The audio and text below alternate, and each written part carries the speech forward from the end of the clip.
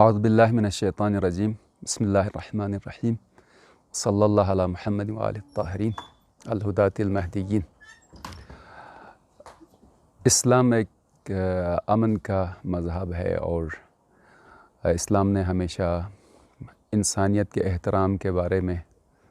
پیغام دیا ہے، تعلیمات ہیں اسلام کی انسانوں کے آپس کے احترام میں۔ چنانچہ قرآن مجید میں ارشاد ہوتا ہے وَلَقَدْ كَرَّمْنَا بَنِي آدَمَ وَحَمَلْنَاهُمْ فِي الْبَرِّ وَالْبَحْرِ وَرَزَقْنَاهُمْ مِنَ الطَّيِّبَاتِ وَفَضَّلْنَاهُمْ عَلَى كَثِيرٍ مِّمَّنْ خَلَقْنَا تَفْضِيلًا۔ اس آیہ مجیدہ میں ارشاد ہوتا ہے وَلَقَدْ كَرَّمْنَا بَنِي آدَمَ، قرآن کریم کا ارشاد ہے کہ ہم نے بنی آدم کو کرامت اور عزت دی ہے۔ یہاں پر کسی مسلمان کی بات نہیں ہو رہی ہے، بلکہ انسان بحیث انسان کی بات ہو رہی ہے کہ انسان کو انسان ہونے کے اعتبار سے ہم نے اسے کرامت عطا کی ہے، پیدائشی طور پر، یعنی جیسے انسان پیدا ہوتا ہے ایز اے یعنی افضل موجود کے، یعنی یہ تمام خالق کائنات کے مخلوقات میں سے، کریشن میں سے سب سے افضل مخلوق انسان ہے، اور اس انسان ہونے کے اعتبار سے خداوند متعال نے ارشاد فرمایا کہ ہم نے بنی آدم کو کرامت عطا کی ہے۔ اب بنی آدم سب آدم کے اولاد ہیں، چاہے مسلمان ہو، غیر مسلمان ہو، یہودی ہو، زرتشت ہو، عیسائی ہو، مسیح ہو، کسی بھی سیکٹ سے تعلق رکھتا ہو، کسی بھی مسلک سے تعلق رکھتا ہو، کسی بھی مکتب سے تعلق رکھتا ہو، جس دین کا بھی پیروکار ہو، دین نہ رکھتا بھی ہو، لیکن چونکہ انسان ہونے کے اعتبار سے ایک خدا کا جو مخلوق ہے، لہذا خداوند متعال نے ارشاد فرمایا ہم نے بنی آدم کو کرامت دی ہے۔ اور اس اعتبار سے دیکھا جائے تو اسلام کا سب سے پہلا ہی پیغام اور اعلان یہی ہے، جہاں کہیں بھی انسان رہتا ہے، انسان ہونے کے اعتبار سے ایک باعزت اور مکرم مخلوق ہے، اور اس کی عزت ہر ایک کو کرنا چاہیے، چونکہ خدا اعلان فرما رہا ہے۔ لہٰذا اسلام کا سب سے پہلا پیغام تو یہی ہے کہ امن کا، عزت کا، وقار کا، احترام کا پیغام دیتا ہے۔ اور چنانچہ وَلَقَدْ كَرَّمْنَا بَنِي آدَمَ وَحَمَلْنَاهُمْ فِي الْبَرِّ وَالْبَحْرِ، اور انسان کو ہم نے دریائی اور خشکی کے سمندروں میں راستوں میں اٹھایا۔ تو یہ بھی انسان جہاں کہیں بھی رہ رہا ہے، چاہے خشکی پر چلنے والا ہو، دریائی سفر کرنے والا ہو، جدھر بھی ہو انسان مکرم ہے، عزت ہے۔ یہ بنیادی حق ہے اس انسان کا، انسان ہونے کے اعتبار سے، اور اسلام یہ پیغام دے رہا ہے اس کے بنیادی حقوق کو جو نا محفوظ رکھا جائے۔ حتیٰ اسلام کے پیغام میں سے یہ ہے کہ اگر کسی نے کسی طرح کا کوئی جرم کیا ہے، کوئی خلاف ورزی کی ہے، تو ظاہر ہے کہ جو نا جرم کے اعتبار سے محکمے ہوتے ہیں، نظام میں ہمارے ہر ملک اپنا ایک نظام ہے، ہر ملک کے قوانین ہیں، اس اعتبار سے اگر کسی نے کوئی جرم کیا ہے تو بالآخرہ وہ جو ادارہ ہے، جسے جو نا عدالت کا ادارہ کہتے ہیں، وہ اس عدالت میں ایک جرم کے مطابق سزا پاتا ہے۔ لیکن اسلام کہتا ہے کہ جس نے جرم کیا ہے تو جب تک اس کی سزا، یعنی جرم ثابت ہونے کے بعد اس کو سزا نہیں مل جاتی، اس وقت تک اس کا یہ بنیادی حق انسان ہونے کے اعتبار سے اس کو حاصل ہے، اس کا اکرام کیا جائے گا، اس کے بنیادی حقوق اس کو دیے جائیں گے، یعنی رہائش، اس کی جو نا غذا، اس کی خوراک، اور جو چیز اس کی بنیادی ضرورت ہے، اسلام کہتا ہے کہ وہ اس سے سلب نہیں ہو سکتے، لہٰذا یہ بنیادی چیزیں اس کو مل جانی چاہیے۔ درست ہے کہ اگر اس کا کوئی جرم ثابت ہوتا ہے تو جرم کے مطابق اس کو سزا اسلام نے مقرر کیا ہے۔ تو تمام یعنی قرآن مجید کی آیات میں بھرپور اس بات پر زور دیا گیا ہے کہ انسان ہونے کے اعتبار سے محترم ہے، جہاں کہیں بھی رہ رہا۔ اور رسول خدا صلی اللہ علیہ وآلہ وسلم نے بھی جو نا اپنے فرامین میں یہی ارشاد فرمایا ہے کہ انسان بما ہو انسان کے، اور سیرت میں بھی ہمیں یہی ملتا ہے۔ دیکھیے کہ رسول خدا صلی اللہ علیہ وسلم نے جب اعلان بعثت فرمایا اور لوگوں کو توحید کی طرف بلا رہے تھے،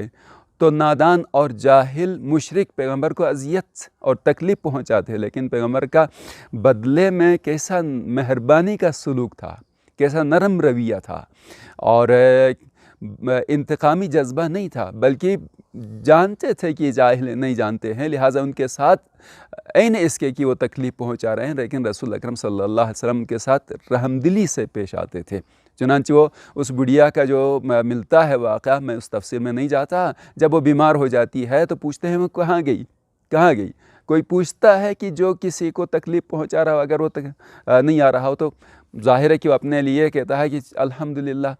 میں تاب آزاد ہوں، اس کی طرف سے مجھے کوئی اذیت نہیں پہنچ رہی، لیکن رسول خدا پوچھ رہے ہیں، اور جب پتہ چلا کہ وہ بیمار ہیں ان کی عیادت کو گئے، تو اسلام کا پیغام تو یہی ہے کہ انسانوں کا احترام کیا جائے، انسانوں کے بنیادی حقوق کی پاسداری کی جائے، اور اسی طرح سے ائمہ معصومین، ائمہ اہل بیت علیہم السلام، یعنی غرض جس نے، میں ایک جملہ میں کہوں یہاں پر، جس نے بھی اسلام کو صحیح پہچانا ہے اور اسلام کی تعلیمات سے صحیح آگاہ ہوا ہے، وہ اسلام کے بارے میں صحیح تصور پیش کرتا ہے اور کہتا ہے کہ انسان بھی وہاں انسان کے محترم ہیں۔ بہت ساری مثالیں ملتی ہیں انشاءاللہ جو نا کسی موقع پر اس پہ روشنی ڈالیں گے، لیکن فی الحال میں یہ بتانا چاہ رہا ہوں کہ جو تصور اسلام کا پیش کرنے کی ایک جو نا صحیح کوشش ہو رہی ہے علماء حق کی طرف سے، اچھے دانشوروں کی طرف سے، اسکالرز کی طرف سے، اس کے مقابلے میں اسلام کے اس پرامن پیغام کو اور اسلام کے ان آفاقی تعلیمات کو کمزور کرنے کے لیے اور اس کو روکنے کے لیے بھی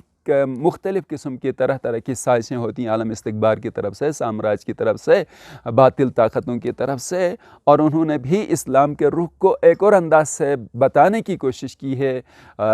سادہ لوگوں کو، اور یہ بتانے کی کوشش کی ہے کہ اسلام ایک جو ہے نا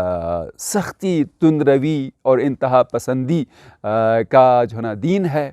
اور جو ہے نا اس طرح سے ظاہر ہے کچھ ایسے عناصر بھی تیار کیے گئے اور اسلامی ممالک میں ان کو جو ہے نا تیار کیا گیا، ان کی جو ہے نا ان کو اس طرح سے آمادہ کیا گیا کہ وہ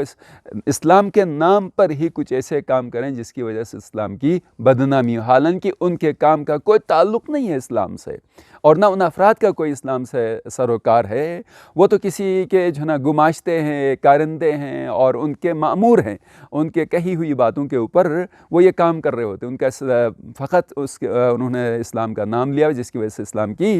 جو ہے نا ایک جو ہے نا میں یہ کہوں کہ ظاہری طور پر بدنامی کرنے کی کوشش کی جا رہی ہے، جیسے داعش کے نام پر یا اس طرح کے جو عناصر ہوتے ہیں جن کا اسلام سے کوئی تعلق نہیں ہے۔ اس کے مقابلے میں اسلام کی جو واقعی تعلیمات ہیں قرآن و سنت میں لے کر ائمہ معصومین علیہ السلام کی سیرت میں، تو وہ یہ ہے کہ اسلام